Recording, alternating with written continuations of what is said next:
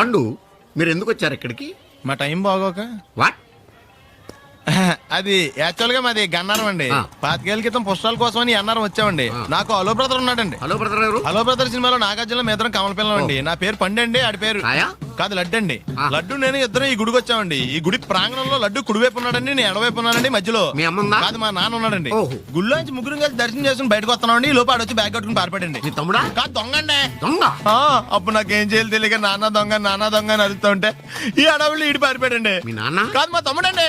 ముందు దొంగ వెనక లడ్డు, ముందు దొంగ వెనక లడ్డు, ముందు దొంగ వెనక లడ్డు. సడన్ గా కిందండి. ఎవడు దొంగ? కాదు మా నాన్న అండి. మీ నాన్న ఎందుకు పట్టాడు? ఆయన తాగేసి ఉన్నాడండి.